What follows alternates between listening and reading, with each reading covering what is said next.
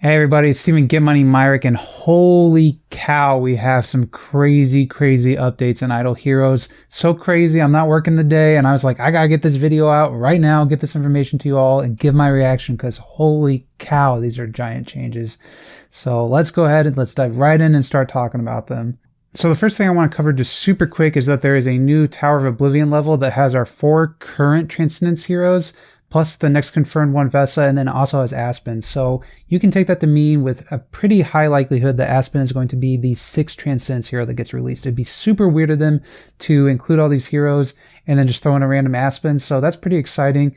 If you like Aspen, like I do, I think he's cool. Just boom, boom, boom, just dunking on people. Definitely save your copies for him.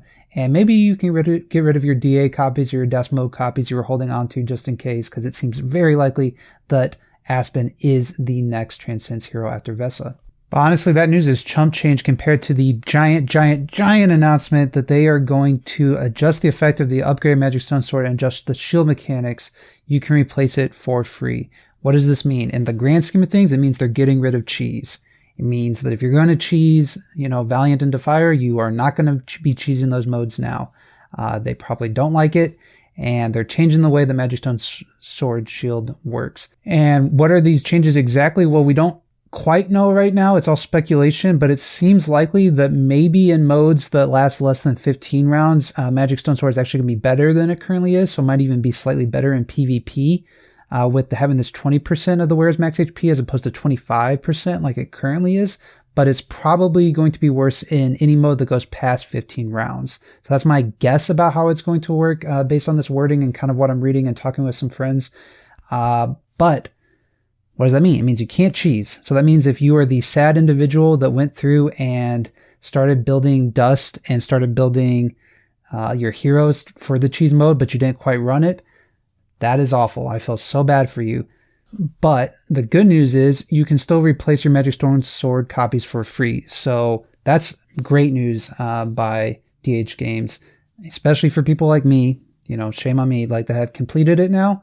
The fact that I'm able to take those Magic Stone Sword copies and swap them into something else, specifically Splendid Crowns, y'all. Splendid Crowns are so good. I don't know for a fact until we get more information about whether or not if you have a Splendid Magic Stone Sword on Sherlock, whether it's better to still swap it, because it might be still, but crowns are so good. Like Splendid Crowns are so stinking good. So you can take those Magic Stone Swords and put them in the crowns.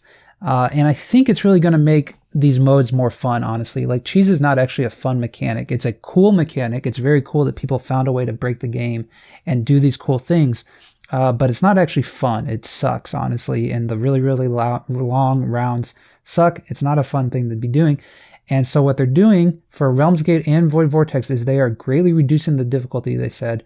And they're going to add 20 more Void Corruption levels for Realms Gate, and they're going to add a new area called Vanquisher for the Void Vortex. So that means after you clear Defier, you will have Vanquisher. Okay? Which means people that are currently stuck in one area, you're probably going to be able to clear it now. They're probably going to make it easier to get to it in a more normal method than cheesing. Because right now, like, especially Realms Gate, like getting past like 46 without just an insano team or without doing cheese is pretty much impossible. So they're probably going to make it where if you have a really strong team with really strong artifacts, maybe you can get to 60, 70 or something, 80. But then 120 is still going to be extremely difficult. But they're basically taking cheese away from the game, and you won't be able to do cheese mechanics. So the other giant news, new arena gameplay is loading in. The new gameplay will be 6 versus 6, and the winner will snatch everything. We don't know what we're snatching yet, but it's a 6v6 gameplay mode, new arena mode, more fun. They've been listening to our feedback. They're going to add 6v6 back, which is awesome. Now, granted, they're taking away probably still the server-wide 6v6 stuff, so all that community aspect, which is what I was really complaining about, probably still is gone. Unfortunately, 6v6 is the heart of the game, but getting rid of the server, in my mind, was the bigger issue.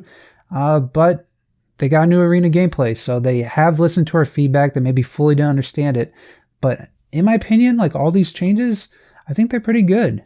I think these changes are good for the game. Like I said, I hate cheese. I don't think cheese is fun. Obviously, I can say it from a position of, somebody that's already been able to cheese and clear the modes and everything. And again, if you're somebody that's gone out there and already done your dust and started building your heroes, this is going to suck for you so much. I'm so sorry for you, all that dust you put on your Inosuke. But I don't know. I'm glad they're getting rid of it. I'm glad they're giving us the option to swap away those Magic Stone swords if we want to. Definitely make sure and see what the upgraded, how the new Magic Stone sword is going to work in PvP, because it may be worth keeping at least one splendid one around for PvP purposes.